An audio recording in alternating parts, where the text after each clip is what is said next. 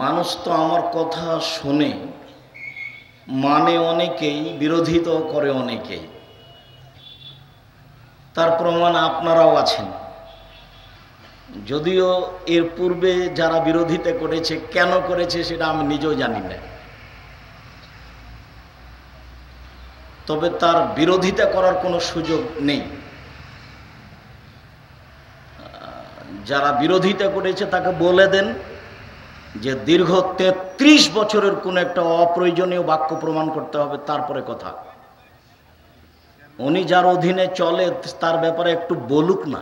আমার তো বুকে সাহস আছে। উনি যাকে নিয়ে লাফালাফি করছেন ওনার ব্যাপারে একটু বলুক না যে আমার হুজুর ২০ বছরে কোনোদিন কেসা কাহিনী বলেনি। তাহলেও তো আমাদের ভিতরে একটা আস্থা আছে। এরপরেও আমি মসজিদ ভিত্তিক দাওয়াত হোক, যেখানে কোনো স্বার্থ থাকবে না। আমি নিজে স্বার্থ ভোগ করছি ৩৩ বছর থেকে, তা আমার মনে হয় না। কেননা আমি ৩৩ বছরে কোনোদিন মানুষের কাছে পথ খরচ পাথেও চাইনি। তারপরে যেটা আমি অবস্থা দেখি, সময়কালীন বক্তব্য হয়, তারপর মানুষ আলেম ওলামাকে পথ খরচ দেয়, তারপর তার জন্য ভালো মানের খাওয়ার পানির ব্যবস্থা হয়, তারপর তার জন্য একটা ভিন্ন ধরনের প্রস্তুতি থাকে, তারপর কিছু ছেলে দিয়ে টাকা পয়সা উঠানো হয়। সব মিলে ফলাফল আমার কাছে পছন্দ নয়। যার কারণে আমি বললাম, আব্বু এই মসজিদ ভিত্তিক দাওয়াত যে তুমি পরিকল্পনা নিয়েছো, এটা আমি খুব ভালো মনে করছি। তুমি জামিয়া সালাফের এটা একটা বড় শাখা হিসাবে তুমি কাজ করে যাও, সফল হতে পারবা ইনশাআল্লাহ। সময়ের ব্যাপার। কেননা মৌলিক শিক্ষা, মৌলিক দাওয়াত এটাই। যেমন আমার একটা বড় সাপ, আমি এই দেশের মাটিতে উন্নত মানের প্রতিষ্ঠান গড়ব ইনশাআল্লাহ, যেখানে ছেলে মেয়ে বাংলা, ইংরেজি, আরবি উন্নত মানের শিক্ষা অর্জন করে জাতির অন্যায়ের বিরুদ্ধে লড়বে, মুখে কলমে মিডিয়াই লড়বে ইনশাআল্লাহ। যার বাস্তবতা মুখে আছে, যার বাস্তবতা মিডিয়া আছে, যার বাস্তবতা শত শত আমার হাতে কলম আছে, যার বাস্তবতায় আমি আপনার বাড়ির মানুষের কথাই ঠিক। তবে জামিয়া সালাফিয়া নামে এই দেশে সর্বোচ্চ শিক্ষা ব্যবস্থার প্রতিষ্ঠান চলছে, যেখানে প্রায় ৫,০০০ ছেলে মেয়ে পড়াশোনা করে, যেখানে প্রায় ৩০০ জন শিক্ষক শিক্ষিকা শিক্ষা দান করে থাকেন, যেখানে বিদেশি শিক্ষক রয়েছেন, যেখানে আশা করছি স্বয়ং মদিনা বিশ্ববিদ্যালয়ের ২ জন ডক্টর সামনে জানুয়ারি থেকে আপনাদের জামিয়া সালাফে পাঠদান করবেন ইনশাআল্লাহ, যেখানে ৪১০ জন এতিম অবস্থান করে, যেখানে ৫০০ জন অসহায় ছাত্র আছে, যেখানে শিক্ষক শিক্ষিকাকে প্রতি মাসে বেতন লাগে ৩২ লক্ষ প্রতি মাসে। রমজান মাসে লাগে ৪৮ লক্ষ, কুরবানির মাসে লাগে ৪৮ লক্ষ। কিভাবে প্রতিষ্ঠান চলে তা আমি বুঝে উঠি না, তবে চলছে এটা আমি দেখতে পাচ্ছি। হিসাব রক্ষক আছে অনেক, সরকারিভাবে অডিট হয় এই জামিয়া সালাফিয়া। এদেশের শিরক মুক্ত প্রতিষ্ঠান জামিয়া সালাফিয়া, বিদআত মুক্ত প্রতিষ্ঠান জামিয়া সালাফিয়া, দল মুক্ত প্রতিষ্ঠান জামিয়া সালাফিয়া, সংগঠন মুক্ত প্রতিষ্ঠান জামিয়া সালাফিয়া, হিংসা মুক্ত প্রতিষ্ঠান জামিয়া সালাফিয়া, বাংলা, ইংরেজি, আরবি শিক্ষার সর্বোচ্চ প্রতিষ্ঠান জামিয়া সালাফিয়া, যেখানে পত্রিকা বের হয় আল মাসিকা লিতেশাম পত্রিকা, যেখানে শত বই আছে নিজ ধর্মের, যেখানে কোনো অপ্রয়োজনীয় কিস্সা কাহিনী নেই। মর্মে এলাকার মানুষ হিসেবে, চাঁপাইনবাবগঞ্জের রাজশাহীর মানুষ হিসাবে জামিয়া সালাফিয়াকে যথাযথভাবে মূল্যায়ন করার আন্তরিকভাবে অনুরোধ রেখে দিনী ভাই, দিনী বোন হিসাবে যেটা দাবি রাখছি, সেটা খালি একটু মুখে বলতে হবে, আল্লাহ তুমি জামিয়া সালাফে কবুল করো। এইটুকু আমার দাবি। পরের যেটা দাবি সেটা জোরালো নয়, সেটা এরকম যে পতিতালয়ের মহিলা যদি কুকুরকে পানি পান করে জান্নাত পেতে পারে, তাহলে জামিয়া সালাফের মতো নিঃস্বার্থপর শিরক বেদাতমুক্ত প্রতিষ্ঠানের 10 টাকা দান করলে সে জান্নাত পাবে ইনশাআল্লাহ। এইটা সব সময় শক্ত ধারণা কাজ করে। তারই একটা বড় শাখা হচ্ছে আপনার মসজিদ ভিত্তিক দাওয়াত আর দাওয়ায়ে আল্লাহ। মসজিদ ভিত্তিক শিক্ষা এবং দাওয়াত প্রজেক্ট আর দাওয়ায়ে আল্লাহ, সেটা নিজের মনে করে প্রতিষ্ঠান, নিজের মনে করে জামিয়া সালাফিয়া, আপনার মনে করে আপনি জামিয়া সালাফিয়ার সার্বিক কাজে অংশগ্রহণ করবেন। আমি আব্দুর রাজ্জাক বিন ইউসুফ আপনার বাড়ির মানুষ বলে গেলাম, যদি আপনি এর ভিতরে সংকীর্ণতা দেখেন সেটা আপনার ব্যাপার, আমার কোনো সংকীর্ণতা নেই। আমার জীবনে আমি একটি পদক্ষেপ আমার স্বার্থে ফেলিনি, ভবিষ্যতে ফেলবো এরকম আমার নিয়ত নেই। আমি কোনোদিন দীর্ঘ 33 বছরে পিছে হটিনি, কোনো পরিস্থিতি আমাকে দমাতে পারে না। আলহামদুলিল্লাহ, আমার মনে বড় স্বাদ, আমি এই দেশের মাটিতে উন্নত মানের প্রতিষ্ঠান গড়বই ইনশাআল্লাহ, যেখানে ছেলে মেয়ে বাংলা, ইংরেজি, আরবি উন্নত মানের শিক্ষা অর্জন করে জাতির অন্যায়ের বিরুদ্ধে লড়বে মুখে কলমে মিটিয়ে। আপনি বাস্তব ঘনে আসলে এখন উপস্থিত তার বাস্তবতা দেখতে পাবেন। বাস্তব কিছু দেখার জন্য 23-24 নভেম্বর আসতে হবে। পাশেই প্রায় 30 বিঘা জমির উপরে প্রতিষ্ঠান জামিয়া সালাফিয়া ডাঙ্গিপাড়া, রাজশাহী, যেখানে একটা মসজিদ তৈরি হয়েছে এখন 4 তলার কাজ শেষের দিকে, যার 1 তলায় 3000 মুসল্লি সালাত আদায় করতে পারে। সাধারণত 5000 মানুষ ধরবে। জামিয়া সালাফের একটা মসজিদ তৈরি শুরু হয়েছে রূপগঞ্জ, নারায়ণগঞ্জ, ঢাকায় পূর্বাচলে 200 শতক জমি, 6 বিঘা জমির উপরে, যার 1 তলাতে 10,000 মানুষ সালাত আদায় করতে পারবে। এটা আপনার প্রতিষ্ঠান। জামিয়া সালাফিয়া ডাঙ্গিপাড়া, পাবা, রাজশাহী। জামিয়া সালাফিয়া হাটাবো, বীরহাটাবো, রূপগঞ্জ, নারায়ণগঞ্জ, ঢাকা। জামিয়া সালাফিয়া তেঘরা, বিরল, দিনাজপুর। জামিয়া সালাফিয়া 6 মাইল, বাবুগঞ্জ, বরিশাল। এইসব প্রতিষ্ঠানের জন্য আন্তরিকভাবে দুয়ার অনুরোধ জানিয়ে সার্বিক কাজে দাওয়ায়ে আল্লাহর প্রত্যেকটা কাজে অল্প থেকে অল্প, বেশি থেকে বেশি দানের হাত প্রশস্ত করার জন্য আপনাকে আমি অনুরোধ করে যাচ্ছি। মনে রাখবেন, এদেশের একটা প্রতিষ্ঠান জামিয়া সালাফিয়া, যেটা শূন্যের উপরে অবস্থান করে। আল্লাহর বিশেষ দয়ায়, আপনার দুয়াই, সাধারণের সহযোগিতাই চলে। মর্মে যারা যেখানে আছেন দিনী ভাই বোন, দয়া করে ওইটা দেখাবেন না। ঢং ঢং করে আসলেন আর ইউসুফ জুলেখার কিস্সা কাহিনী শুনলেন, চলে গেলেন। এটা আপনি মনে করবেন না। চলে গেলে ভুল হয়েছে, বাড়িতে বসে থেকে টিভি দেখলে ভুল হয়েছে। কি আপনি জানেন বিদ্যা এমন, আপনার স্বামী বা কি বুঝে, বা আপনার পরিবারই বা কি বুঝে? আপনি এখানে বসলে আপনার কিছু না কিছু আমি উপকার করবো ইনশাআল্লাহ।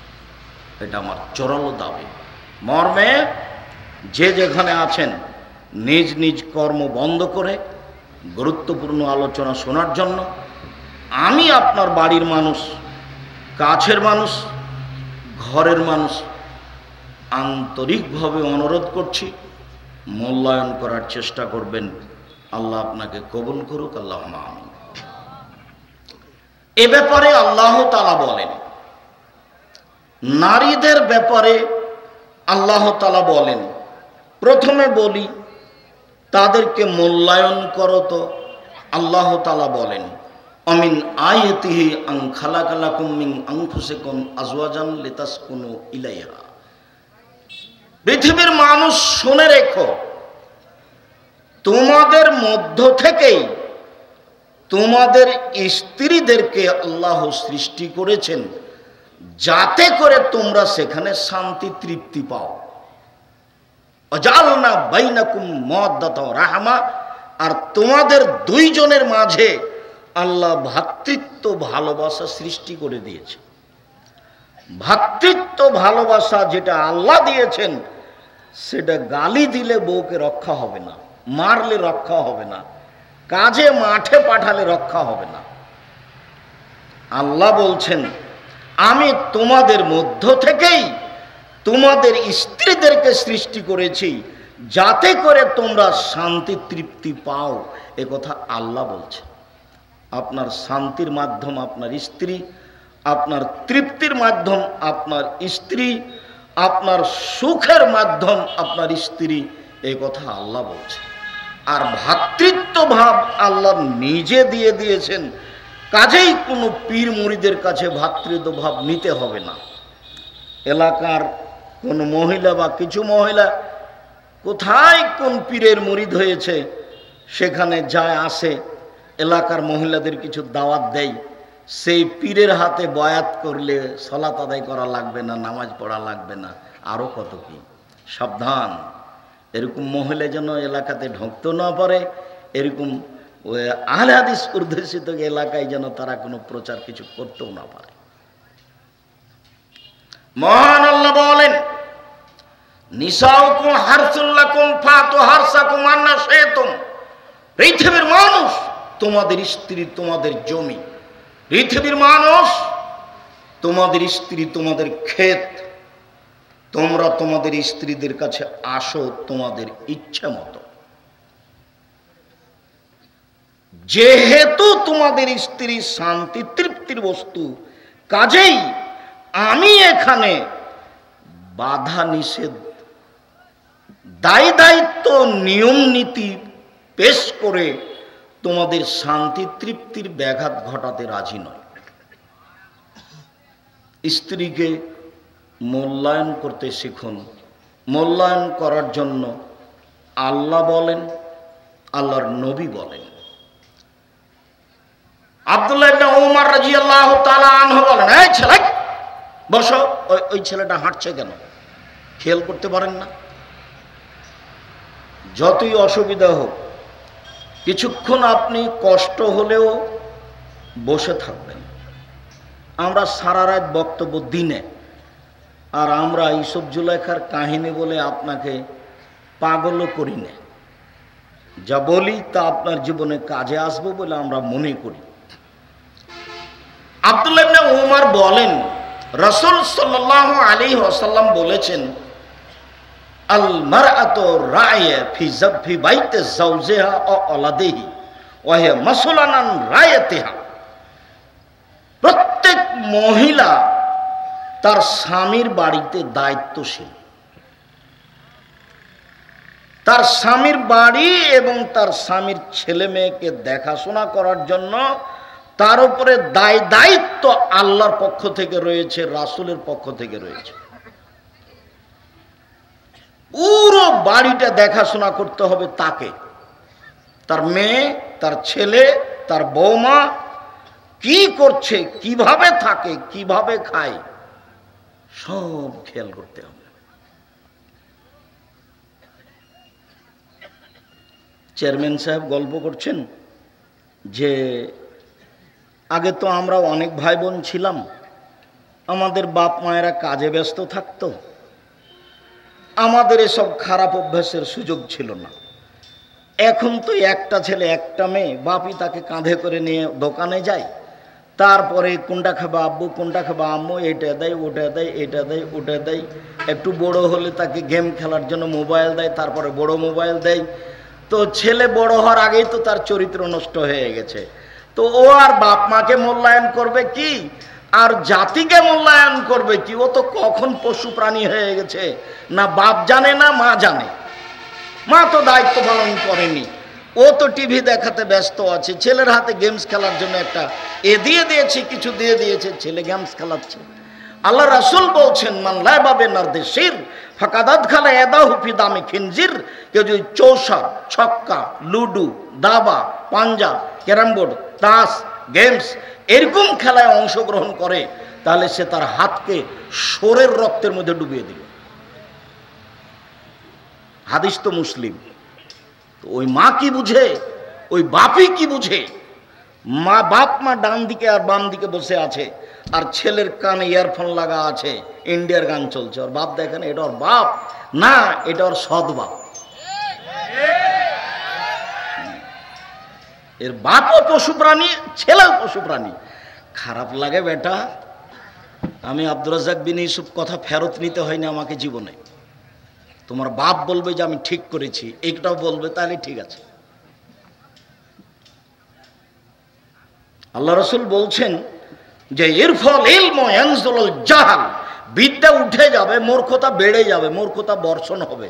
তো 20 বছর আগে এই গ্রামে যত শিক্ষিত মানুষ ছিল আজকে তার চেয়ে কম না বেশি?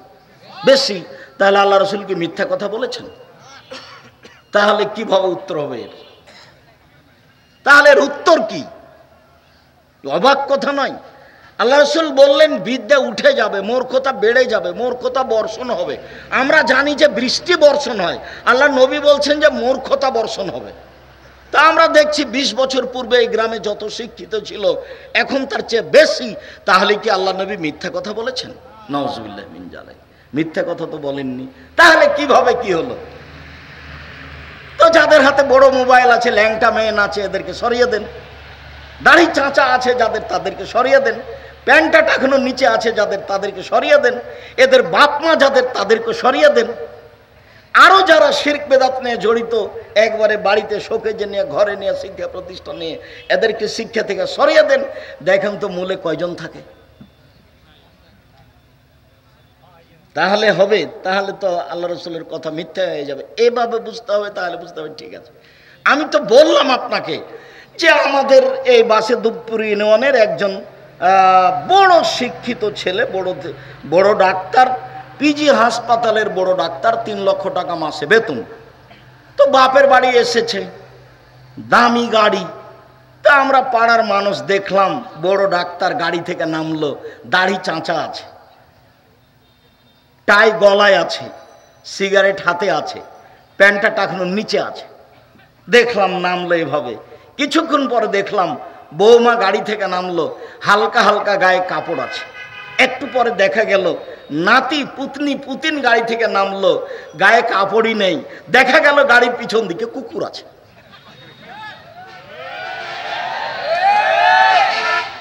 আর দেখা গেল যে ওই কোম্পানির ওষুধ লিখে, যে কোম্পানিটাকে টাকা দিয়েছে, পচা ওষুধ লিখে।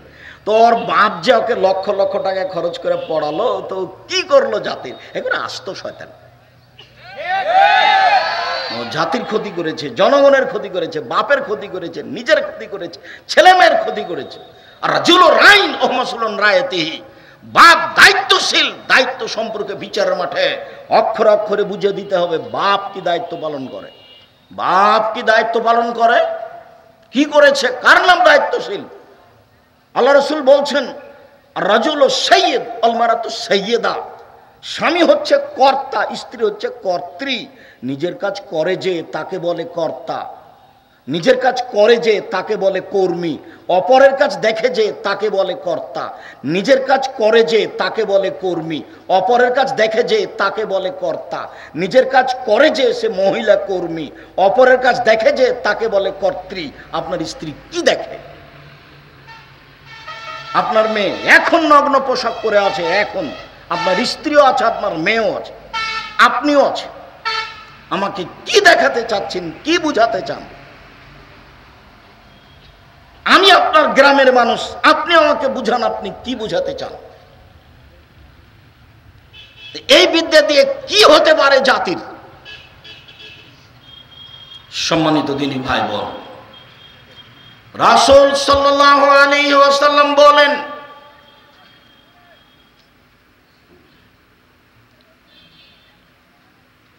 নারীদের ভালো গতি উল্লেখ করে পৃথিবীর মানুষ শুনে রেখো,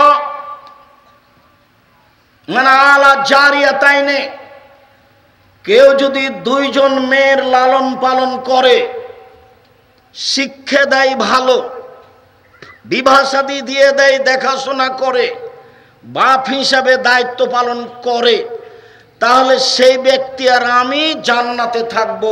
এইভাবে ফাআসারা বিসাবাবাল উস্তা, তর্জনী আর মধ্যমায় 2টা আঙ্গুল ইশারা করে দেখালেন। ফা জামা বাইনাহুমা, 2টাকে জমা করে দিলেন। পৃথিবীর মানুষ শুনে রেখো, কেউ যদি 2টা মেয়ের লালন পালন করে, তাহলে সেই বাপ আর আমি জান্নাতে একসাথে থাকব। 2টা ছেলে, 10টা ছেলে যদি শিক্ষা দেয়, লালন পালন করে, তাহলে এইভাবে ওই বাপ আর আল্লাহর নবী জান্নাতে থাকবে। এ কথা আল্লাহর নবী বলেননি। দুইটা মেয়ের কথা বলছেন। চলেন পাশে আর একটা বাক্য বলি। রাসূল সাল্লাল্লাহু আলাইহি সাল্লাম বলছেন কাফিরুল ইয়াতীম, যারা ইয়াতীমের লালন পালন করবে, বাপ মারা গেছে সেই ছেলের, আমি আর সেই লোক জান্নাতে এইভাবে থাকব। তখনও তিনি এই তর্জনী আর মধ্যমা দুইটা আঙ্গুল ইশারা করে দেখালেন, তবে ফাররাকা বাইনাহুমা, দুইটার মধ্যে একটু ফাঁক রাখলেন। কি বুঝলেন বলেন তো? হাদিস তো বুখারী মুসলিম। কেউ যদি এতিমের লালন পালন করে সেই লোক আর মুহাম্মদ সাল্লাল্লাহু আলাইহি সাল্লাম জান্নাতে একসাথে থাকবেন, এই আঙ্গুল দুটি দেখালেন, কিন্তু দুইটার মধ্যে একটু ফাঁক রাখলেন। আর যখন মেয়ের লালন পালন করবেন তখন দেখালেন যে আমি আর সে লোক জান্নাতে এভাবে থাকবো, তখন জমা করে দিলেন। তার মানে মেয়ের লালন পালন ভালো কাজ এতিমের লালন পালনের চেয়ে। কথা বুঝাতে পারি?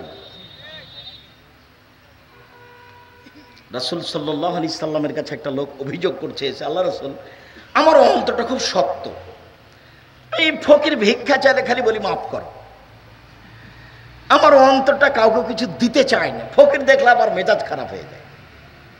তা আল্লাহ রাসূল বলছেন দুটা কথা, ইমসা রাসাল ইয়াতীম ওয়া আতিমিল মাসাকিন এরিক্কু কালবুক। এতিমের মাথায় হাত বোলাও, ওই কথাটা হাদিসের কথা, যেটা আপনি মাচাচির মুখে শুনেছেন। এতিমের মাথায় হাত বোলাও, হাত রাখো, আর মিসকিন ফকিরকে খেতে দাও, তাহলে তোমার অন্তর নরম হয়ে যাবে, তখন তুমি সহজে ভিক্ষুককে খেতে দিতে পারবা।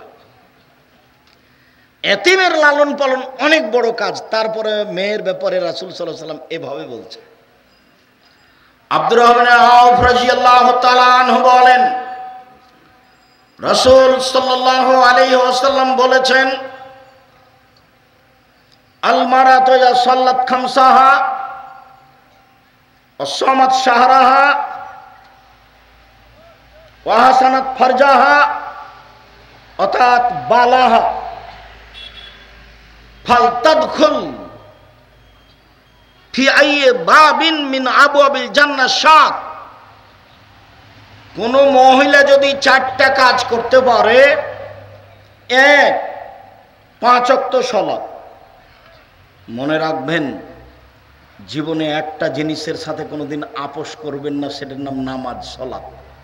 কোনো দিন বলবেন না আচ্ছা কাল থেকে পড়ব, আচ্ছা পরে পড়ব, আচ্ছা দেখি পড়বো ইনশাআল্লাহ, এইরকম জীবনে কোনোদিন আপোষ করবেন না। পৃথিবীতে একটা কাজ এত জরুরি, এত জরুরি, এত জরুরি, মানুষের জীবদ্দশায় পৃথিবীতে এত জরুরি কোনো কাজ নেই। বলেন তো সেটা কি? সেটা সালাত। অজু করে পড়তে হয় সালাত, তো পানি নেই, ও তেমন করে পড়েন, বলে মাটি নেই, এমনিতেই পড়েন। পশ্চিম দিকে কেবলার দিকে মুখ করে পড়তে হলে কেবলা বোঝা যায় না, এমনিতেই পড়েন। পরিষ্কার কাপড় পরে পড়তে হলে পরিষ্কার কাপড় নাই, যাতে পেশাব পায়খানা লেগে আছে সেটা পরে পড়ে, কোনো কাপড়ই নাই, উলঙ্গ হয়ে পড়েন। আমি দৌড়িয়ে চলে যাচ্ছি, শত্রু পিছন দিকে তাড়া দিয়েছে, ওইভাবেই পড়েন। আমি গাড়িতে উঠে আছি, শিকল ধরে আছি, ঠেলে ঠেল মানে না, বলে এইভাবেই পড়েন। অবাক ইবাদত, এরকম ইবাদত দুনিয়াতে নেই। সিয়াম, রোজা, অসুস্থ আপনি এখন করবেন না, পরে করিয়ে, ঠিক আছে। হজ এবছর করিয়েন না, সামনে বার করেন, সমস্যা নেই। যাকাত আজকে হিসাবে ফরজ হয়ে গেছে, দুদিন পরে দেন, দুদিন আগে দিয়ে দেন, সমস্যা নেই। অবাক ইবাদত পৃথিবীতে সালাত, যার সাথে কোনো আপোষ নেই। উপস্থিত বৈঠকের দিনই মুসলিম ভাই বোন, মনে রাখবেন 7 বছর বয়সে ছেলে মেয়েকে সালাত আদায় করতে বলতে হয়, 10 বছর বয়সে পিটিয়ে সালাত আদায় করার জন্য আদেশ করতে হয়, 15 বছর বয়সে ছেলে মেয়ে নামাজ পড়ে না, তখনও বাপ বেঁচে আছেন, এ কথাটা মিথ্যে। ও বাপ নয়, ওটা ওর সৎ বাপ, ওটা ওর চাচা, ওটা ওর সৎ বাপ, ওটা ওর চাচা, ও মিথ্যে বাপ, জাতিকে প্রতারণা দেওয়া বাপ, ও ধোকা দেওয়া বাপ।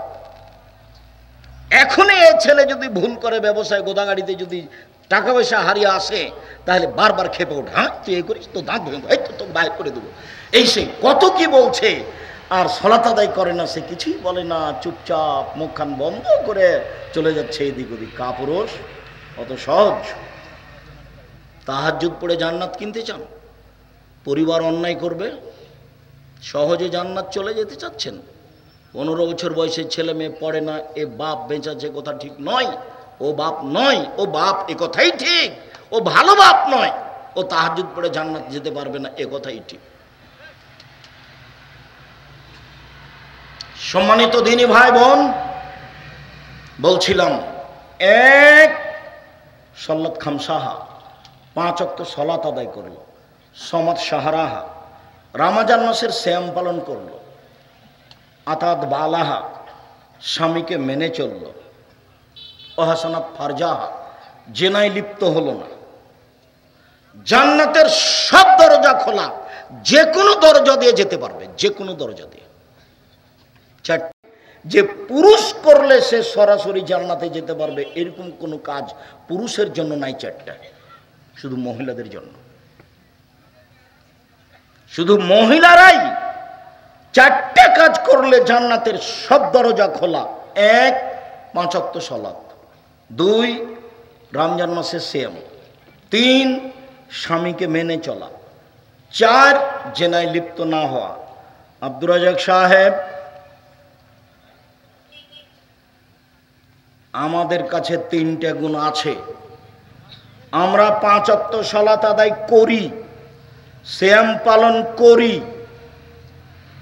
আমরা জেনায় লিপ্ত হই না, তবে স্বামীকে মেনে চলার ব্যাপারে আমাদের একটু আপত্তি আছে। আমার স্বামীর মুখ খুব খারাপ, ও খালি গালি দেয়, কথায় কথায় গালি দেয়, আর বড় মোবাইলে ল্যাংটা মেয়ে দেখে। আপনার স্ত্রী কি মিথ্যা কথা বলছে আপনি মনে করছেন?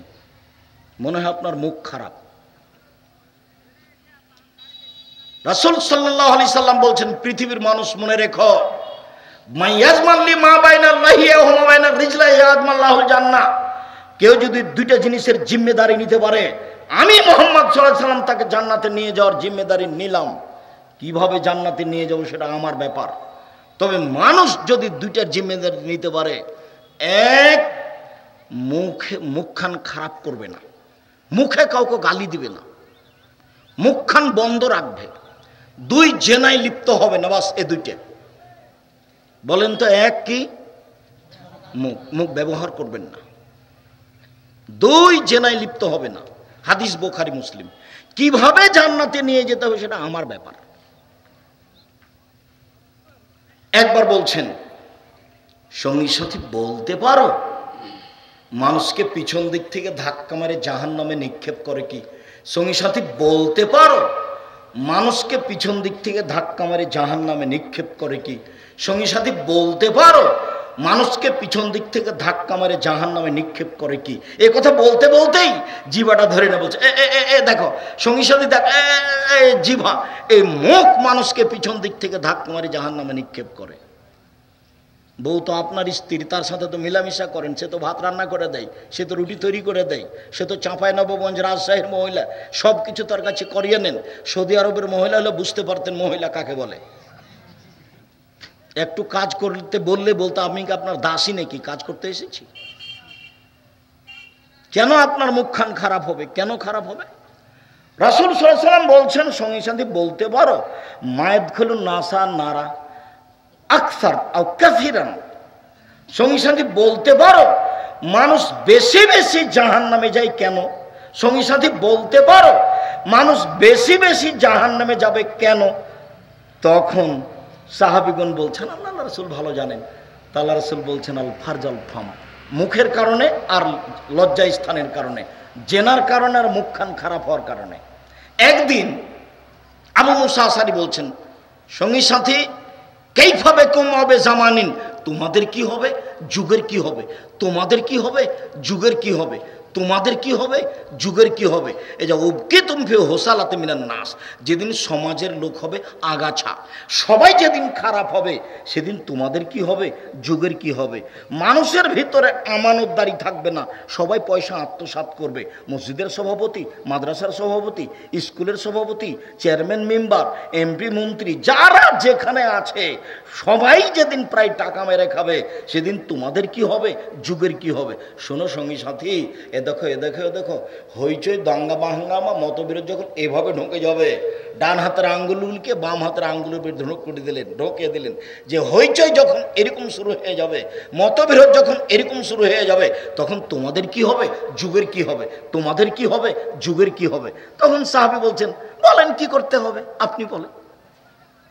তখন উত্তরে বললেন যে মুখখান বন্ধ রেখো, আলজিম লিসানাক, মুখখান বন্ধ রেখো। আব্দুর রাজ্জাক সাহেব, চারটে জিনিস করলে জান্নাত পাবে এ কথাই ঠিক, তবে আমার স্বামীর মুখ খারাপ, সেই জন্য চাইলেও আমি তাকে যথাযথভাবে মূল্যায়ন করতে পারি না। আমার মন চায় যে তার কাপড় চোপড় পরিষ্কার করে দিই, আমার মন চায় যে আমি আমার নাম ধরে ডাকুক, আমি এক গ্লাস পানি নিয়ে যে দিই, কিন্তু তার মুখটা এত খারাপ আমি কষ্ট পাই। এরপর থেকে আপনার মুখটা যেন ভালো হয়, পরিবর্তন করেন। দোকানপাটে বসে আড্ডা পিটবেন না, দোকানপাটে বসে কারোর বদনাম করবেন না। চিরদিনের জন্য দোকানপাটে বসে আড্ডা পিটা গল্প করা নিষেধ করে যাচ্ছে, ওকে 2 পায়ের নিচে রেখে দেন। আজ থেকে নিয়ে আর কোনোদিন দোকানপাটে বসে গল্প করব না, বড় মোবাইলে ল্যাংটা মেয়ে দেখবো না। এশার সালাতের পরেই, আগেই খেয়ে থাকলে ভালো, খেয়ে না থাকলে খেয়ে ঘুমিয়ে যাব। ডান কাতে ঘুমাবো, সম্ভব হলে অজু করে এসে ঘুমাবো। যদি দোয়া পড়তে পারি আল্লাহুম্মা বিইসমে কামত ওয়াহে, এটা পড়বো। আরও যদি নবী যেটা বলতেন সেটা পড়তে পারি বলবো, আল্লাহুম্মা আসলামতু নাফসি ইলাইকা ওয়াজ্জাহতু ওয়াজহি ইলাইকা ওয়া ফাওয়াজতু আমরি ইলাইকা ওয়ালজাতু জাহারি ইলাইকা রাগবাত রাহাবাতান ইলাইকা লা মালজা ওয়ালা মানজা বিনকা ইল্লা ইলাইকা আমানতু বিকিতাবিকা আল্লাযী আনজালতা ওয়া নাবিয়্যিকা আল্লাযী আরসালতা। এটা আল্লাহ রাসূল ওযু করে ডান কাতে শুয়ে দোয়া পড়তেন। বড় যে আব্দুর রাজ্জাক সাহেব, তা আপনার সময় থাকলো 3 মাস, এই তোমাদের সময় থাকলো 24 ঘন্টা। বই আইনে রাসূল সাল্লাল্লাহু আলাইহি ওয়াসাল্লাম দোয়া অধ্যায়, এই দোয়া মুখস্থ করতেই হবে। সায়েদুল ইস্তেগফার তোমাকে মুখস্থ করতেই হবে, তুমি বাধ্য। চাঁপাই নবগঞ্জের ভাষায় তুমি তো করবে, তোমার বাপকে করতে হবে। তুমি একজন মুসলিম, কেন করবে না, করতে তুমি বাধ্য, করতেই হবে। আর যারা আপনারা কোরআন মাজিদ পড়তে পারেন, সূরা মুলক পড়বেন, সূরা সাজদা পড়ে ঘুমাবেন। মহিলা বৈঠকে যেটা বলেছে বুবু এই করলে এই হয়, বুবু ওইটা ঠিক নয়। মহিলা বৈঠকের বুবুর শতকরা 90% কথা মিথ্যা। আপনি যদি বলেন যে না এটা কথা ঠিক নয়, তাহলে আপনি আমার সামনে পেশ করেন, আপনাকে আমি অক্ষরে অক্ষরে দেখাচ্ছি। যারা রাতে সূরা মুলক পড়ে তাদের কবরের শাস্তি হবে না, হাদিস সহিহ, এ কথা আল্লাহর নবী বলেন। পেট ব্যথায় মারা যায় যারা, তাদের কবরের শাস্তি হবে না, এই কথা আল্লাহর নবী বলেন। জুমার দিনে মারা গেলে কবরের শাস্তি হবে না, এই কথা আল্লাহর নবী বলেন। শহীদ হয়ে গেলে কবরের শাস্তি হবে না, এই কথা আল্লাহর নবী বলেন। তো আমার জন্য সহজ কোনটা, এই চারটেই সবচেয়ে সহজ হলো সূরা মুলক পড়া রাতে। এশার সালাতের আগে মুলক পড়ে নিন, এশার সালাতের পরে মুলক পড়েন, পড়ে ঘুমিয়ে যাবেন ডান কাতে, দেখবেন এমনিতে রাত 2টা-3টায় ঘুম ভেঙে গেছে। আকাশের দিকে মুখ করে দোয়া পড়েন, সূরা আল ইমরানের শেষ রুকুর প্রথম 5 আয়াত। যদি না পারেন তাহলে লা ইলাহা ইল্লাল্লাহু ওয়াহদাহু লা শারীকা লাহু লাহুল মুলকু ওয়া লাহুল হামদু ওয়া হুয়া আলা কুল্লি শাইইন কাদির ওয়া সুবহানাল্লাহি ওয়া আলহামদুলিল্লাহি ওয়া লা ইলাহা ইল্লাল্লাহু আল্লাহু আকবার ওয়া লা হাওলা ওয়া লা কুওয়াতা ইল্লা বিল্লাহ রব্বিগফিরলি রব্বিগফিরলি। এখন যা বলবেন সেটাই কবুল হবে, যা বলবেন সেটাই কবুল হবে। হাদিস তো বুখারী মুসলিম। কিছুই যদি না পারেন, সুন্দর করে ওযু করে 2 রাকাত সালাত আদায় করে আল্লাহকে বলেন আমি এটা চাচ্ছি। হাত তুলে বলেন, এইভাবে তুলতে পারেন, এটা স্বাভাবিক। আর যদি এখনই নিতে হয় তাহলে এইভাবে উঠাতে হবে, যেন বগলের শুভ্রতা দেখা যায়। আব্দুর রাজ্জাক সাহেব, আপনারা যে বলছেন হাত তুলে দোয়া চলবে না, আল্লাহুস সামাদ, হাত তুলে দোয়ার জন্যই তো দিন রাত লড়ছি।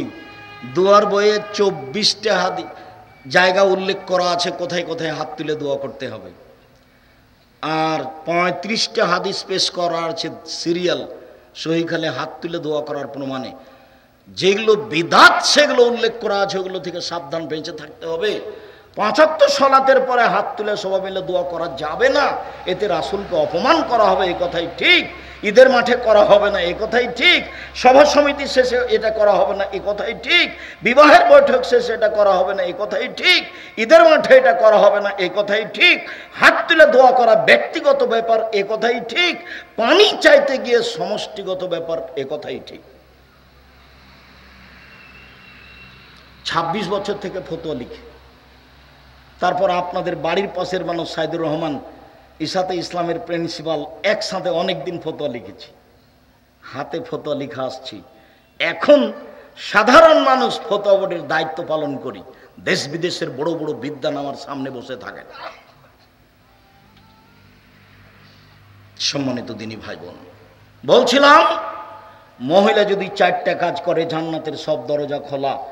আপনার মুখখান ভালো করেন। পরের অংশে বলছি, আপনি দিনী বোন, আপনার যদি জেনা হয়ে গিয়ে থাকে, আজ থেকে কান্নাকাটি শুরু করুন। জিন্দেগিতে আর কোনোদিন এই পাপে লিপ্ত হব না মর্মে আপনি আল্লাহকে বলেন, আপনার পাপ ক্ষমা হবে ইনশাআল্লাহ। আল্লাহ তাআলা বলেন, ওয়ানাহান নাফসা আনিল হাওয়া ফাইনাল জান্নাতা হিয়াল মাওয়া। কেউ যদি তার প্রবৃত্তিকে পাপ থেকে ঠেকাতে পারে, আমি আল্লাহ তাকে জান্নাতুল মাওয়া দিয়ে দিলাম। জান্নাতুল মাওয়া আপনার জন্য অপেক্ষা করছে। আপনি পাপ থেকে নিজেকে ঠেকান, চিন্তা করবেন না 4টা জিনিস করলে মহিলারা জান্নাতের চলে যাবে, এই কথাই ঠিক। আবু হুরায়রা রাদিয়াল্লাহু তাআলা আনহু বলেন, রাসূল সাল্লাল্লাহু আলাইহি সাল্লাম বলেছেন, খায়রুন নিসায়ে, মহিলাদের মধ্যে সবচেয়ে ভালো কে? খায়রুন নিসায়ে, মহিলাদের মধ্যে সবচেয়ে ভালো কে? তখন আল্লাহ রাসূল বলছেন, ইদা নাযারা ইলাইহা সাররাতহু, স্বামী তার দিকে দেখলে স্বামীকে খুশি করতে পারে। 1 2 ওই যে আমারাহা আতা আথু, স্বামী আদেশ করলে পালন করে। 3 ওই যে গাবানহা হাফেজাথু, স্বামী যখন বাড়িতে থাকে না তখন মোবাইলে কারো সাথে প্রেমের গল্প করে না। স্বামী যখন বাড়িতে থাকে না তখন দেবর ভাসুরের কারোর সাথে গল্পে লিপ্ত হয় না, ঘরে কাউকে ডেকে নিয়ে এসে বসায় না, স্বামীর অর্থ সম্পদ হেফাজতে রাখে। এই 3টে গুণ আছে যার, সেই নারী সবচেয়ে ভালো। এই কথা মুহাম্মদ সাল্লাল্লাহু আলাইহি সাল্লাম বলেন। 1 স্বামীর সাথে কথা বললে হাসি মুখে বলে। 2 স্বামী আদেশ করলে পালন করে। 3 স্বামী বাড়িতে না থাকলে নিজেকে হেফাজতে রাখে। 3টা গুণ আছে যার, সেই সবচেয়ে ভালো নারী।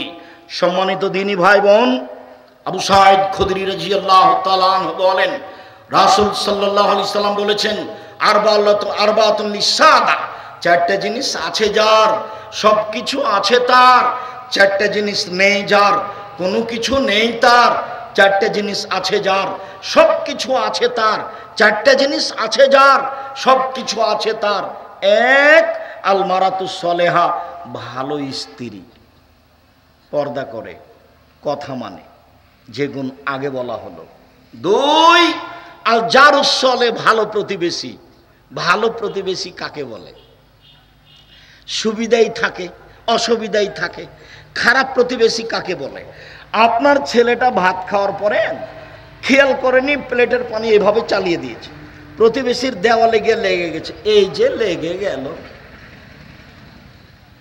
যা বলে, প্রতিবেশীর ছাগলের সিম গাছ খেয়ে নিয়েছে, সিম ধরে ধরে। এইবার বোঝা যাবে ভালোবাসা কাকে বলে, এবার বোঝা যাবে প্রতিবেশী কাকে বলে। প্রতিবেশী ভালো যার, 4টে জিনিস আছে যার, সব কিছু আছে তার। প্রতিবেশী ভালো যার, সব কিছু আছে তার। 3 আল মারকাবুল হানি, একটা ভালো গাড়ি আছে যার, সাইকেলটার কোনো সময় চেন পড়ে না, আর যদি সাইকেল উঠলেই চেন পড়ে তাহলে বুঝতে হবে খারাপ। 4 আল বাইতুল ওয়াসি, প্রশস্ত ঘর। মেহমানকে খেতে দিতে হবে, বসতে দিতে হবে, তার জন্য অন্তত বৈঠকখানাটা বড় হতে হবে। আর যেটা বলেছি সেটা খুব মনে রাখবেন ভালোভাবে, খবরদার মায়ের বাপের স্বভাবে ফিরে যেতে হবে, আপনার স্ত্রীকে মায়ের স্বভাবে ফিরে যেতে হবে। 150 চাউল রান্না করতে হবে না, হাফ কেজি 2 কেজি রান্না করতে হবে। সারাদিন মেহমানে খাবে, আপনি খাবেন, সকালে রাতে গরুতে খাবে, সকালে পাখিতে খাবে। 150 চাউল রান্না করে মেহমান আসলে চানাচুর বিস্কুট দিয়ে বিদায় করেন, এটা ঠিক নয়। মেহমানকে মূল্যায়ন করতে হবে, ফকিরকে খেতে দিতে হবে। সবচেয়ে শক্তিশালী ইবাদত হলো দান। মেহমানকে, ফকির মিসকিনকে খেতে দেওয়া দান। দানের চেয়ে শক্তিশালী ইবাদত, পাওয়ারফুল ক্ষমতাধর ইবাদত পৃথিবীতে নেই। সম্মানিত দিনী ভাই বোন, বলছিলাম রাসূল সাল্লাল্লাহু আলাইহি সাল্লাম বলেন, আদ-দুনিয়া কুল্লুহা মাতা ও খায়রু মাতা'আদ দুনিয়া আল মারাতু সালেহা। গোটা পৃথিবী সম্পদ, সবচেয়ে উত্তম সম্পদ হচ্ছে ভালো স্ত্রী। গোটা পৃথিবী সম্পদ, সবচেয়ে উত্তম ভালো সম্পদ হচ্ছে ভালো স্ত্রী। সাওবান রাদিয়াল্লাহু তাআলা আনহু বলছেন, লাইন আলিমতু আইয়ু শাইইন আফদাল ফানাত্তাখিযাহু। আমরা যদি জানতাম সবচেয়ে ভালো সম্পদ কোনটা, তার যাকাত লাগে না। যদি জানতাম সবচেয়ে ভালো সম্পদ কোনটা, যার যাকাত লাগে না। যদি জানতাম সবচেয়ে ভালো সম্পদ কোনটা, সংগ্রহ করে রাখতাম, যার যাকাত লাগে না। বলতে বলতেই আল্লাহ রাসূল বলছেন, শোনো, সবচেয়ে ভালো সম্পদ এক লিসানুন যাকির, ওই জিহ্বা, যে জিহ্বা সুবহানাল্লাহ, আলহামদুলিল্লাহ, আল্লাহু আকবার, তাসবিহ তাহলিল জিকির আজকার করতে পারে। 2 কালবুন শাকের, ওই অন্তর সঞ্চিত সম্পদ, দামি সম্পদ, যে অন্তর অল্পতেই খুশি, যাক আলহামদুলিল্লাহ, আল্লাহ যা দিয়েছে আলহামদুলিল্লাহ। 3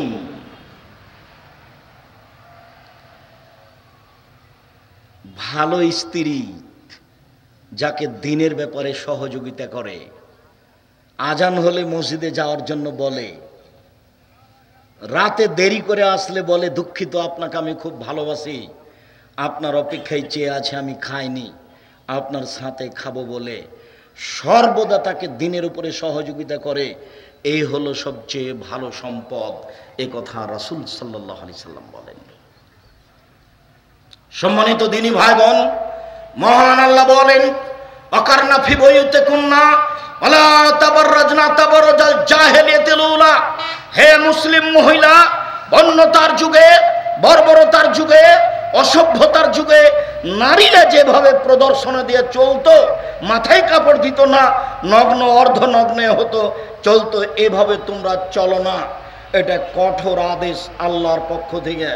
যারা মানে না তাদেরকে অধপতনে যেতে হবেই হবে। সেই পরিবার, সেই মা কোনোদিন সালাহুদ্দিনের মতো ছেলে জন্ম দিতে পারে না।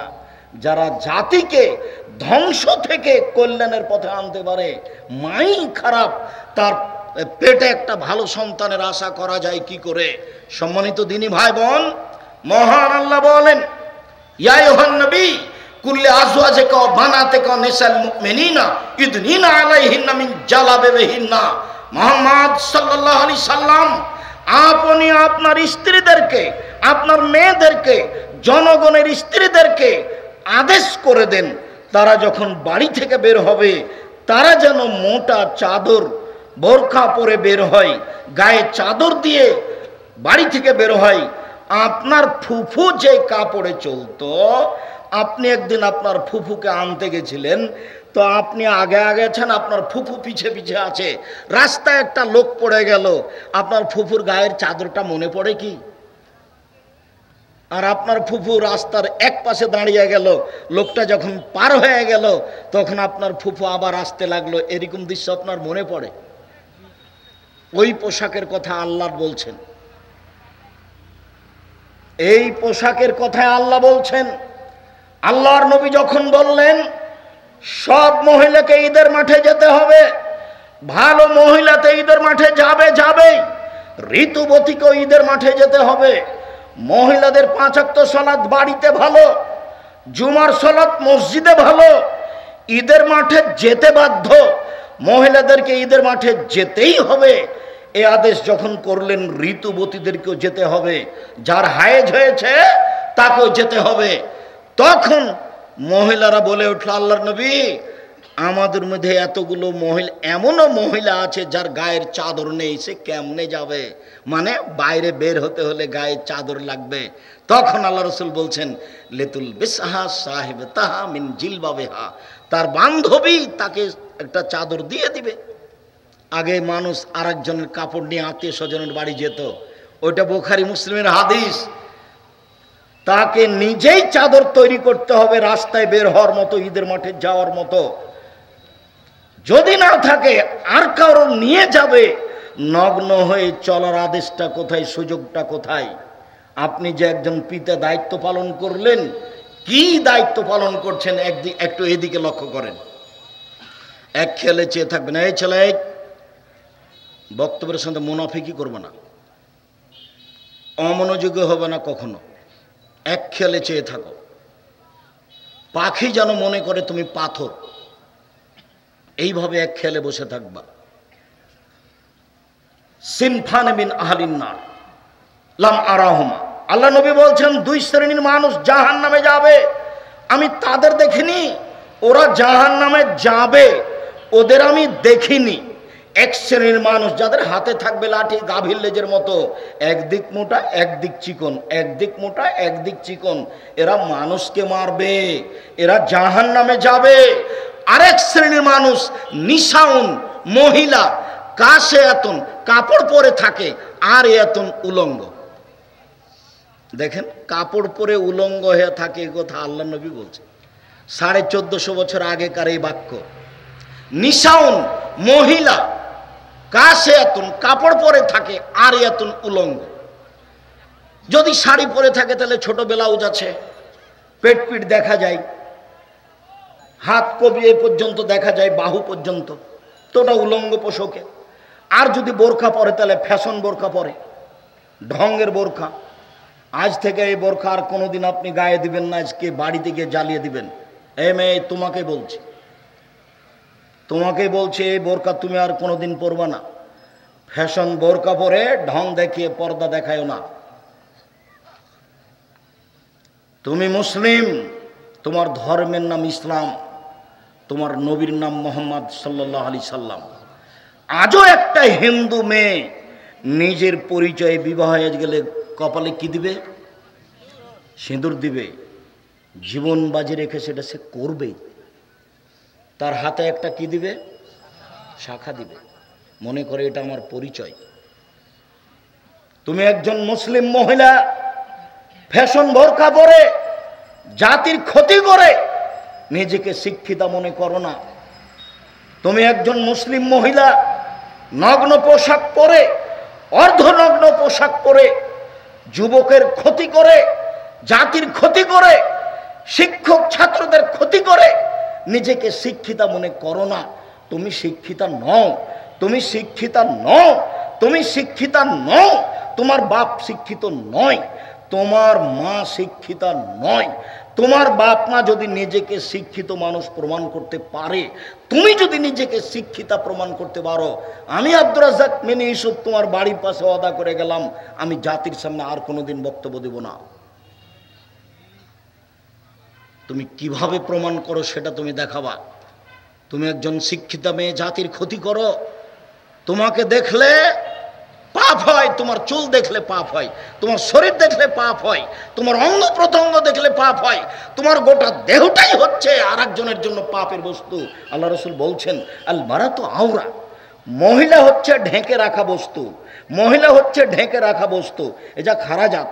ও যখন বাড়ি থেকে বের হয়, ইস্তাশরাফা শয়তান, শয়তান তখন তাকে পাপের উপরে আরো ক্ষিপ্ত করে তোলে, শয়তান তখন তাকে আরো পাপের উপরে ক্ষিপ্ত করে তোলে। সেই জন্য তো রাস্তায় যখন হাঁটে তখন কেন জানে কেমন কেমন করে, আনছান আনছান করে, একবার ডান দিকে যায়, একবার বাম দিকে যায়, একবার হাত নাড়ে, একবার চুল নাড়ে, দেখেন না কেমন কেমন করে। তার মানে শয়তান তাকে বেকায়দায় ফেলেছে। রাসূল সাল্লাল্লাহু আলাইহি ওয়াসাল্লাম বলছেন, নিসাউন মহিলা, কাসিয়াতুন কাপড় পরে থাকে, আরিয়াতুন উলঙ্গ, মমিলাতুন তারা পুরুষকে নিজের দিকে আকৃষ্ট করে, মায়লাতুন তারা নিজেরা আকৃষ্ট হয়, তাদের মাথা বক্র উটের মতো হেলে দুলে চলে, এরা জান্নাতে যাবে না। এরা জান্নাতে তো যাবে না, যাবেই না। এরা জান্নাতে যাবে না, এরা জান্নাতে তো যাবে না, যাবেই না। এরা জান্নাতের গন্ধ পাবে না। যে জান্নাতের গন্ধ 1 বছরের দূরত্ব পথ থেকে পাওয়া যায়, এটা জান্নাত। এখানে আপনি একটা দ্রুতগামী ঘোড়ায় উঠেছেন, 1 বছর দৌড়িয়ে ঘোড়াটা যেখানে যাবে সেখানে যদি আপনি দাঁড়ান তাহলে জান্নাতের গন্ধ পাবেন। হাদিস বুখারী মুসলিম। আল্লাহর নবী বলছেন এই মহিলা জান্নাতের গন্ধ পাবে না। উপস্থিত বৈঠকের মুসলিম বোন, আপনাকে আমি খাটো করতে চাইনি, আল্লাহ রাসূল যা বলেছেন সেটা আপনাকে বলছি। আল্লাহর নবী বলেন, মা তারাক্তু বাদি ফিতনাতান নাযারা লিরিজালি মিনান নিসায়ে, আমার জীবনে আমি ছাড়িনি কোনো বস্তু যেটা পুরুষের জন্য বেশি বিপজ্জনক হতে পারে। আমার জীবনে আমি ছাড়িনি কোনো বস্তু যেটা পুরুষের জন্য বেশি বিপজ্জনক হতে পারে নারীদের চেয়ে। আমার জীবনে আমি ছাড়িনি কোনো বস্তু যেটা পুরুষের জন্য বেশি বিপজ্জনক হতে পারে নারীদের চেয়ে। রাসূল সাল্লাল্লাহু আলাইহি সাল্লাম বলেন, ইন্নাল মারাতা তুকবালু ফি সূরাতি শয়তান ওয়া তুদবারু ফি সূরাতি শয়তান, নিশ্চয়ই মহিলারা শয়তানের বেশ ধরে আসে, নিশ্চয়ই মহিলারা শয়তানের বেশ ধরে যায়, নিশ্চয়ই মহিলারা শয়তানের বেশ ধরে আসে, নিশ্চয়ই মহিলারা শয়তানের বেশ ধরে যায়। রাসূল সাল্লাল্লাহু আলাইহি সাল্লাম বলছেন, ইয়াকুমুদ দুখুল আলান নিসায়ে, পৃথিবীর মানুষ সাবধান, মহিলাদের কাছে যাওয়া থেকে বেঁচে থাকো, মহিলাদের কাছে যাওয়া থেকে বেঁচে থাকো, গেলেই তুমি বিপদে পড়ে যাবা। রাসূল সাল্লাল্লাহু আলাইহি সাল্লাম বলছেন, লা ইয়াখরুজু রাজুলুন বিইমরাতিন ইল্লা কানা ফালিসমু শাইতান, কোন পুরুষ যেন কোন নারীর সাথে নির্জনে একত্রিত না হয়, কোন পুরুষ যদি কোন নারীর সাথে নির্জনে একত্রিত না হয়, যদি হয় তাহলে তৃতীয় জন হবে শয়তান। অতএব খুব সাবধান থাকো। রাসূল সাল্লাল্লাহু আলাইহি সাল্লাম বলেন, মা রাআইতু মিন নাকিসাত আকলিন ওয়া দীনিন আযহাবাল রুবি রাজুলিল হাজম মিন ইহদাকুন্না, ও নারীর জাতি, আমি দেখিনি তোমাদের চেয়ে কাউকে যে বুদ্ধিমানের বুদ্ধিকে নষ্ট করতে পারে। তোমরা এমন জাতি যে বুদ্ধিমানের বুদ্ধিকে নষ্ট করতে পারো। ও নারী জাতি, তোমরা এমন জাতি, আমি দেখিনি তোমাদের চেয়ে কাউকে যে বুদ্ধিমানের বুদ্ধিকে নষ্ট করতে পারে। তোমরা এমন জাতি যে বুদ্ধিমানের বুদ্ধিকে নষ্ট করতে পারো। তুমি যে একজন হুঁশিয়ার বুদ্ধিমান ছেলেকে নষ্ট করতে পারো এটা তুমি নিজেই সাক্ষী। তুমি যখন নগ্ন হয়ে চলো তখন তোমার দিকে সবাই দেখতে থাকে। আবার তোমার মোবাইলে যদি রিং হয় তাহলে তুমি মোবাইলটা অন করে বলো, ভাইয়া কি বলছিলে ভাইয়া, ভাইয়া বলে তুমি চিৎকার করো, তখন তার অন্তরে দাগ কাটে তোমার কণ্ঠটা, তোমার কণ্ঠ পর্দা। মনে রেখো, মোবাইলে রিং হচ্ছে হোক, হতে হতে যদি শেষ পর্যন্ত তোমাকে ধরা লাগে তাহলে তুমি অন করে দে, বলবা আসসালামু আলাইকুম, জি কে বলছিলেন, আমার আব্বা বাড়িতে নেই, পরে কথা বলিয়েন, এটুকু বলবা কড়া কণ্ঠে। ওখানে যদি নরম কণ্ঠ না থাকে, কণ্ঠ পর্দা।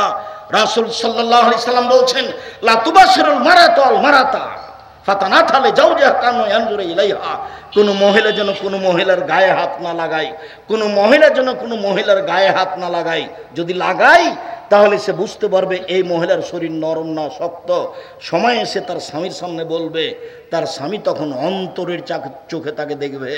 হাদিস বুখারী মুসলিম। একটা মহিলাকে অন্তরের চোখে দেখা নিষেধ, তাহলে বর্তমান অবস্থা কি হতে পারে? ও মহিলা কলেজের প্রিন্সিপাল, আপনার কি হবে? গার্লস স্কুলের প্রিন্সিপাল, আপনার কি হবে? ও সভাপতি সাহেব, গার্লস স্কুল খুলেছেন যারা, আপনাদের কি হবে? সরকার তো, আব্দুল্লাহ তো বলল, রাস্তাঘাট আর কারেন্টের ব্যবস্থা করার সাথে সাথে এদেশে যদি আরও 50টা বিশ্ববিদ্যালয় খোলা হতো, একেবারে বিদেশ থেকে ভারত থেকে মহিলা নিয়ে এসে এদেশে মহিলাদের মাধ্যমে মহিলা ডাক্তার করা হতো, ভারত থেকে আরও অন্য কোনো দেশ থেকে বড় বড় ডাক্তার নিয়ে এসে এদেশের ছেলেদেরকে বড় ডাক্তার করা হতো, তাহলে কি দেশের সুবিধা হতো না? আমার আপনার টাকা কোথায় খরচ হচ্ছে, আমরা কিভাবে দিন কাটাচ্ছি, এগুলো আব্দুল্লাহর বক্তব্য বাস্তবে অক্ষরে অক্ষরে বাস্তবায়ন করার চেষ্টা করতে হবে। নিজেকে মনে করতে হবে এই বক্তব্যের আমার শোনার এবং বাস্তবায়নের প্রয়োজন আছে, যতটুকু আপনার পক্ষে সম্ভব। উপস্থিত বৈঠকের দিনী মুসলিম বোন, আপনাকে এই অংশে এসে একটু কথা শোনাই। আব্দুর রাজ্জাক সাহেব, আপনাকে ভালোবাসি, আপনার বক্তব্য ভালোবাসি, এই জন্য এসেছি। তবে এত শক্তভাবে আমাদের বলবেন এটা আমরা মনে করিনি, দুঃখিত। আপনি আমার দিনী বোন, আপনাকে শক্ত কিছু বলবো এই জন্য আমি আসিনি। যদি আপনি মনে করেন আব্দুর রাজ্জাক সাহেব আপনি বললেন যে মহিলারা শয়তানের বেশ ধরে আসে, শয়তানের বেশ ধরে যায়, আমি এ কথা বলিনি, এই কথা মুহাম্মদ সাল্লাল্লাহু আলাইহি সাল্লাম বলেছেন।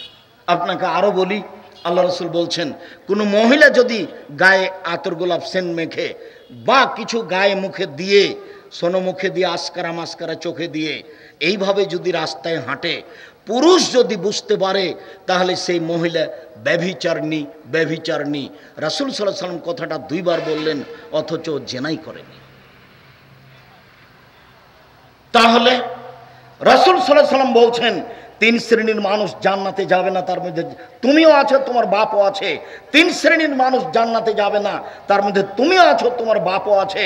আল্লাহ রসুল বলছেন মদমিনুল খামর, যারা নিয়মিত বিড়ি, তামাক, জর্দা, সিগারেট, গুল, নেশাদার দ্রব্য খায়, পান করে, তারা জান্নাতে যাবে না।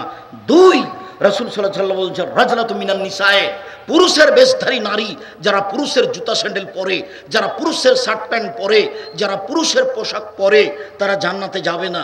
তিন, অদায়ুস আল্লাযী ইকরা ফি আলাল খাবাসা, যে তার বাড়িতে বেহায়ার সুযোগ দিয়েছে, যার মেয়ে নগ্ন পোশাকে স্কুল কলেজে যায়, বাপ বাংলাদেশে, মেয়ে লন্ডনে পড়ে, বাপ যে কত খুশি বলছে হিসাব নেই। তিন, চিল্লাই গেছে, তাসবি টিপছে, বাপ এখানে তাসবি টিপছে, ওখানে মেয়ে জেনার তাসবি টিপছে। জান্নাত তো সহজ নয়। হজবাতিন নার বিশাওয়াত, মনের ইচ্ছা দিয়ে জাহান্নাম ঘেরা আছে। হজবাতে জান্নাত বিল মাকারিহ, নিয়ম নীতি, কষ্ট, ক্লেশ, ত্যাগ, তিতিক্ষা দিয়ে জান্নাত ঘেরা আছে। মনের ইচ্ছা দিয়ে জাহান্নাম ঘেরা আছে। মন মতো চলে যে জাহান্নামে যাবে সে, মন মতো চলে যে জাহান্নামে যাবে সে।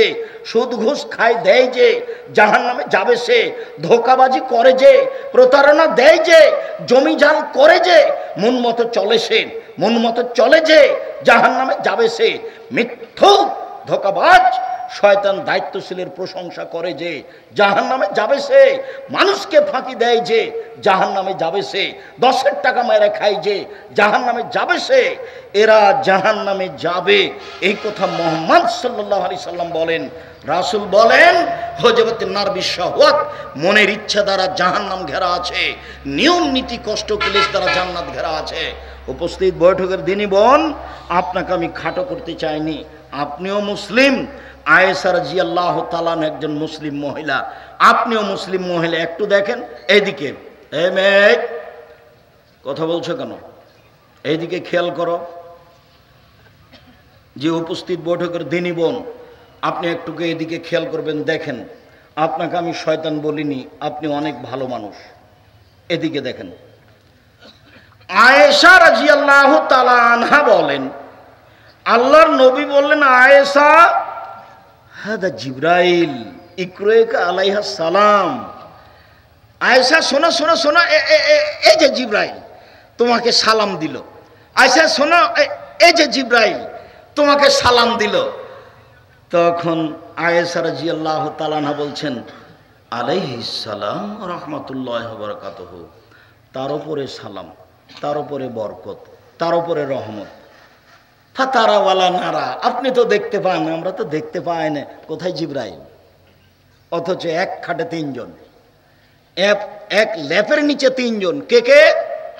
মুহাম্মদ সাল্লাল্লাহু আলাইহি সাল্লাম, জিবরাইল আলাইহিস সালাম, আর একজনকে আয়েশা রাদিয়াল্লাহু তাআলা আনহা।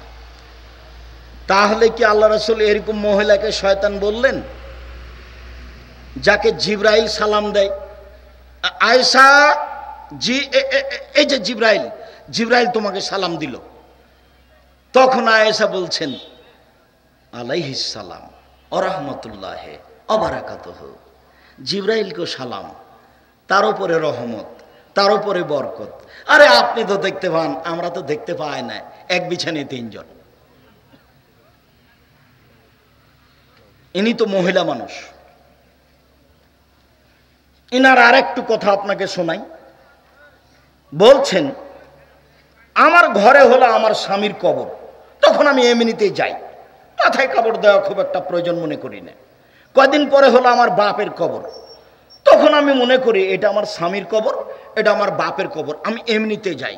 কয়দিন পরে সেখানে হলো উমর রাদিয়াল্লাহু তাআলার কবর, তখন আর আমি এমনিতে যাই না, আমি কবরকে লজ্জা করি। এখানে একজন বেগানা পুরুষের কবর আছে। আয়েশা রাদিয়াল্লাহু তাআলা একটা কবরকে লজ্জা করে। আর তুমি একটা মেয়ে মানুষ, ক্লাস 10-এ পড়ো, যেদিন তুমি 7-এ উঠেছো সেদিন তুমি যুবতী হয়েছো, তোমার হাইট শুরু হয়েছে। আজকে তুমি মাথায় কাপড় না দিয়ে কেমনে এলে? তোমার বাপ এটা কেমনে মেনে নিল? তোমার মা এটা কেমনে মেনে নিল? এটা কি করে হতে পারে? এ কোন ধরনের পরিবার? এর নাম পশু প্রাণীর পরিবার। কষ্ট দেওয়ার জন্য আপনাকে আমি আসিনি। আপনি আমার দিনী ভাই, আপনাকে আমি যথাযথভাবে মূল্যায়ন করতে চাই। আমি আপনার দূরের মানুষ নই, আমি আপনার বাড়ির মানুষ। যার কারণে আমি বলি, বিশেষ করে চাঁপাইনবাবগঞ্জ রাজশাহীর দ্বীনি মুসলিম ভাই বোন, আমি আব্দুর রাজ্জাক বিন ইউসুফ আপনাদের বাড়ির ছেলে, আপনার ভাই, আপনার ছেলে। কোরআন হাদিসের ব্যাপারে আমি আপনার পাশ থেকে সঠিক উত্তর পরামর্শ দিতে চাই। আপনি আমাকে এড়িয়ে আমার বক্তব্য বন্ধ করে আর একজনের কাছে আশ্রয় নিয়েন না, তাহলে আপনার প্রতিবেশীর সাথে খারাপ আচরণ হবে, সাথে সাথে শরীয়তের ব্যাপারে আপনি নিরাপদ হবেন না। আমি আব্দুর রাজ্জাক বিন ইউসুফ মানুষ ভুলের ঊর্ধ্বে নই। 33 বছর থেকে আমি বক্তব্য দিচ্ছি, দাওয়াত দিচ্ছি, শিক্ষকতা করে আসছি। আমি জাতিকে মুখে কলমে ফাঁকি দিইনি। আমি আপনার কাছে থেকে শরীয়তের বিষয়ে আপনাকে পরামর্শ দিতে চাই। আপনি বাড়ির ছেলে মনে করে, নিজের ভাই মনে করে, বোন আপনি নিজের ভাই মনে করে আপনি শরীয়তের ব্যাপারে আমাদের কাছে আশ্রয় নেন। আপনাকে আমি ফতোয়াতে সহযোগিতা করব। আপনার ছেলে মেয়েকে পড়াশোনা করে আমি সহযোগিতা করব। আমি আপনার কাছে বই পুস্তক দিয়ে সহযোগিতা করব, ইনশাল্লাহ করবই করব। তার ব্যাপারে আমার পূর্ণ প্রস্তুতি আছে, সব কিছু রেডি আছে। আপনার ছেলে মেয়েকে আমি ভালো শিক্ষা দিতে পারি। বিদেশি শিক্ষক আছে, মক্তবটা ভালো ভালো তারা শিক্ষক, বেশি বেশি বেতন তাদের দিয়ে মক্তব চালু করা আছে, যাতে করে তারা বাংলা অক্ষর, আরবি অক্ষর, ইংরেজি অক্ষর খুব সুন্দরভাবে বলতে পারে, লিখতে পারে, যেটা আপনি স্কুলে আশা করতে পারেন না, যেটা আপনি আপনার পাশের প্রতিষ্ঠানে আশা করতে পারেন না। আমি আপনার সার্বিক সহযোগিতায় রয়েছি। আরেকটু এদিকে দেখেন দিনী বোন, এদিকে দেখেন, বুখারী মুসলিমের হাদিস। আবু হুরায়রা রাদিয়াল্লাহু তাআলা আনহু বলেন, যা জিবরাইল, আল্লাহর নবীর কাছে জিবরাইল আসলেন, এসে বলছেন, এদিকে দেখেন, এদিকে দেখেন, বলছেন, ইয়া রাসূলুল্লাহ, হে আল্লাহর রাসূল, হাজিহি খাদিজা, এই যে খাদিজা আতাত আপনার কাছে আসছে, মা এনাউন, তার কাছে আছে একটা পাত্র, ফিহে এদামুন, তাতে আছে তরকারি, অতামুন, তাতে আছে খাদ্য, ফায়জা আতাতকা, যখন আপনার কাছে চলে আসবে, ফাকরা আলাইহা সালামা মিন রাব্বিহা মিন্নি, আপনি তাকে বলেন, খাদিজা, আল্লাহ তোমাকে সালাম দিয়েছে, খাদিজা, জিবরাইল তোমাকে সালাম দিয়েছে, অবাশশিরহা বিবাইতিন ফিল জান্নাহ, জান্নাতের একটা সুসংবাদ দিয়ে দেন, হীরা মুক্তা মাণিক্য দ্বারা তৈরি করা হয়েছে, যেখানে হইচই নেই, যেখানে কষ্ট ক্লেশ নেই। বুখারী মুসলিম। এ হলো খাদিজা। আপনাকে আমি খাদিজার মতো মনে করি, আপনাকে আমি আয়েশার মতো মনে করি। সম্মানিত দিনী বোন, যা হয়েছে হয়েছে, ওই দিক ছেড়ে দিয়ে আজ থেকে নিয়ম নীতি পরিবর্তন করে আল্লাহ রাসূলের নীতিতে চলার চেষ্টা করুন। আলোচনার শেষে এসে 4টে জিনিস থাকছে, খেয়াল করেন। 1, 5 ওয়াক্ত সালাত, 2, হালাল রুজি, 3, কোরআন তেলাওয়াত যে কোনো মূল্যে, বেশি না পারলে অন্তত কোনটা পড়তে হবে? সূরা ইখলাস 3 বার। 4, দেখি এটা কি বলছেন, 4, আড্ডা পিটা নিষেধ। যেখানে 2 জন বসে আছে সেখানে বসা হবে না, যেখানে 2 জন বসে আছে সেখানে বসা হবে না। না বসে তো মানুষ বাঁচে। আমি জীবনে কোনোদিন চায়ের স্টলে বসি না, আছি তো, কোনোদিনই নয়।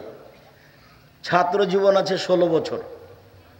1988 আগস্টের 20 তারিখ রোজ বুধবার বিকাল 3টে থেকে আমি শিক্ষক।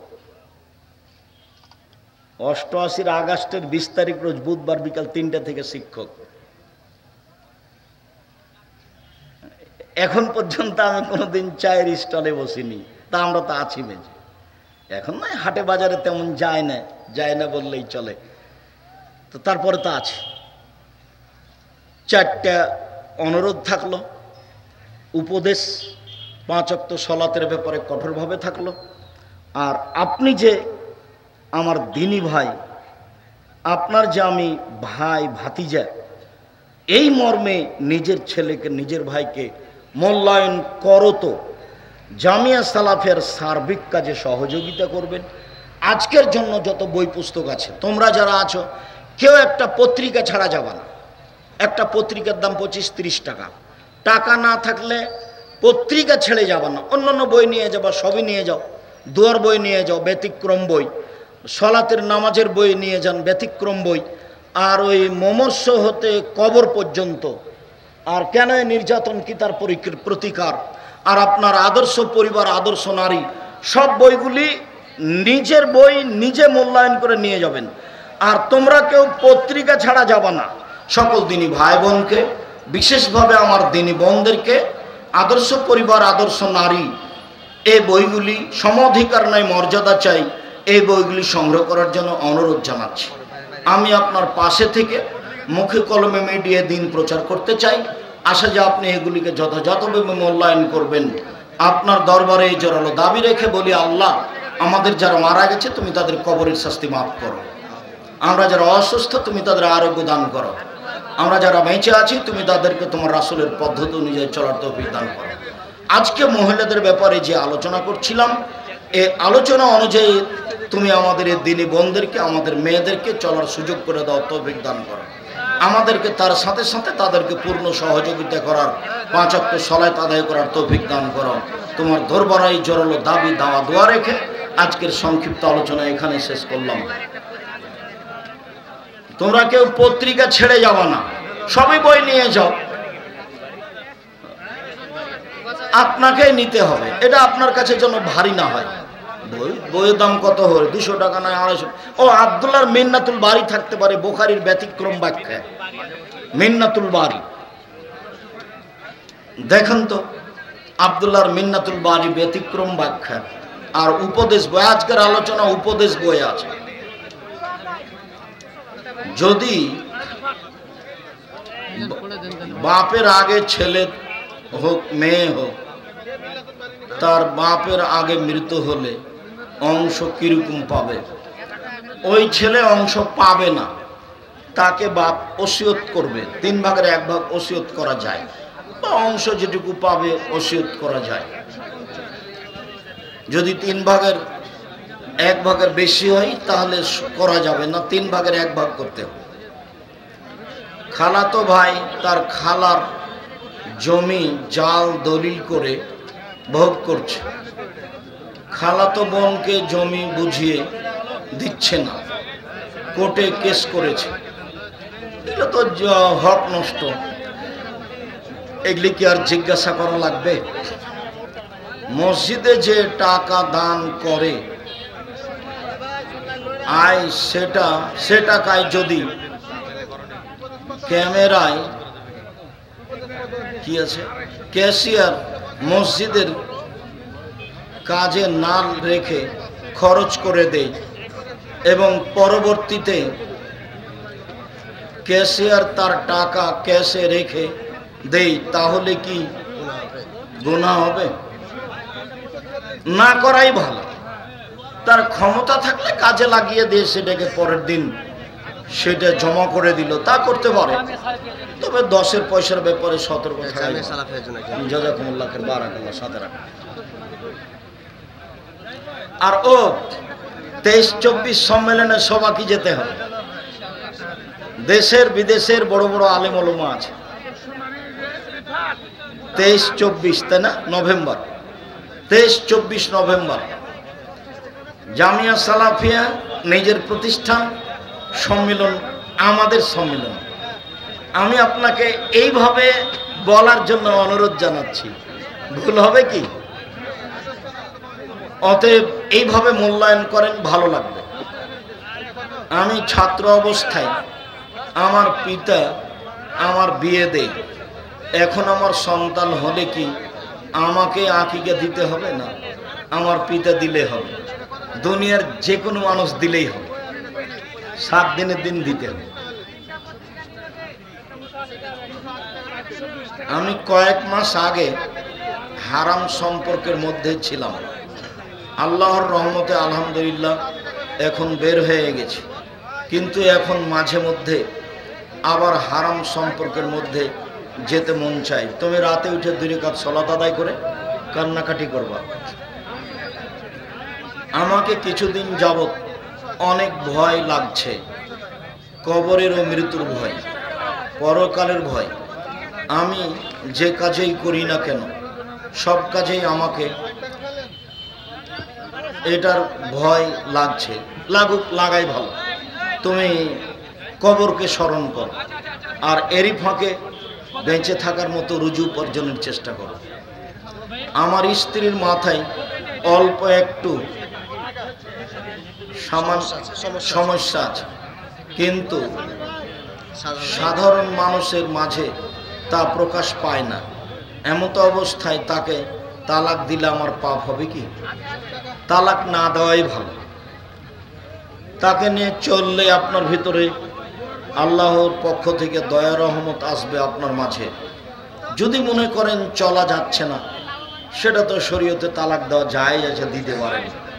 নিয়ে এসেছেন সংসারে, সংসার করেন, সেটাই ভালো হবে। জামাতে সালাত চলাকালে যে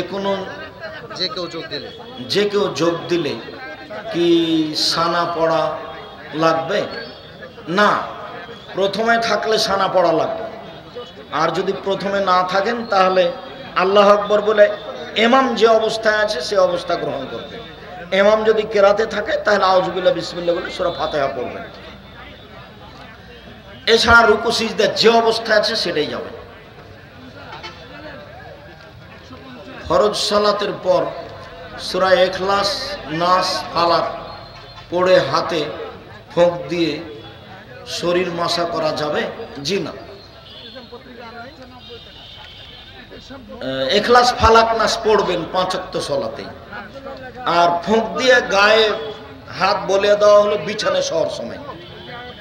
হাত এইভাবে ধরে ইখলাস, ফালাক, নাস পড়ে হাতে হালকা থুথু ফোঁক দিয়ে, বা আগেই হালকা থুথু দিয়ে ইখলাস, ফালাক, নাস পড়ে মুখের উপর দিয়ে হাত, গায়ের উপর দিয়ে হাতটা বলাবেন 3 বার।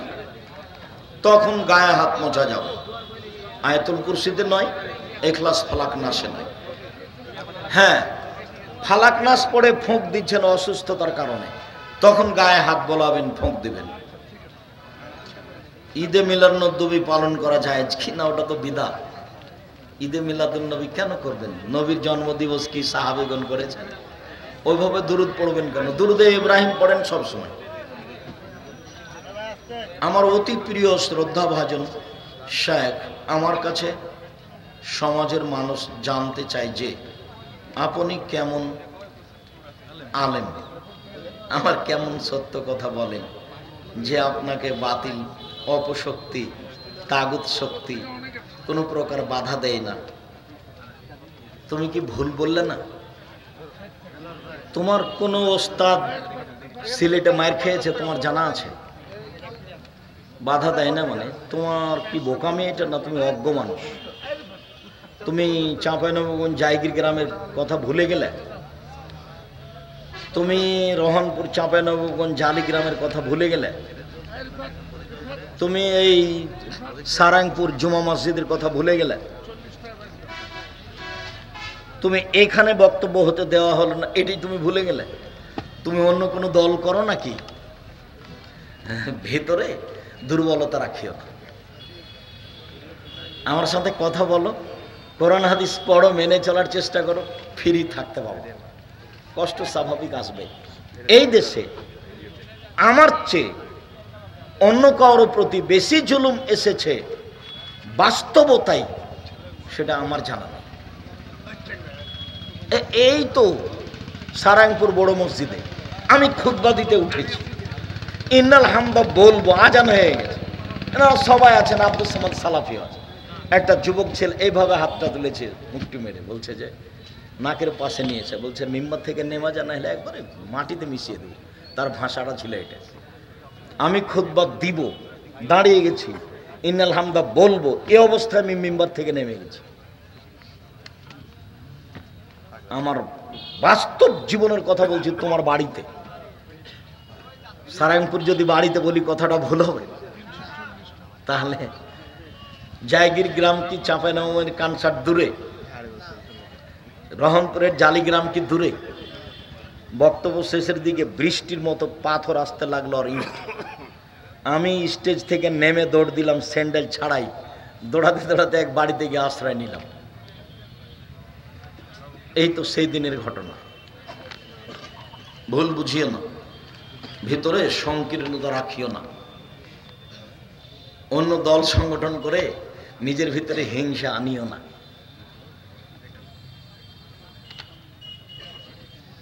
যে সুদ খায় বা যে এনজিওতে চাকরি করে তার বাড়িতে কি দাওয়াত খাওয়া যাবে? জি না। তাড়াতাড়ি করো আনবে।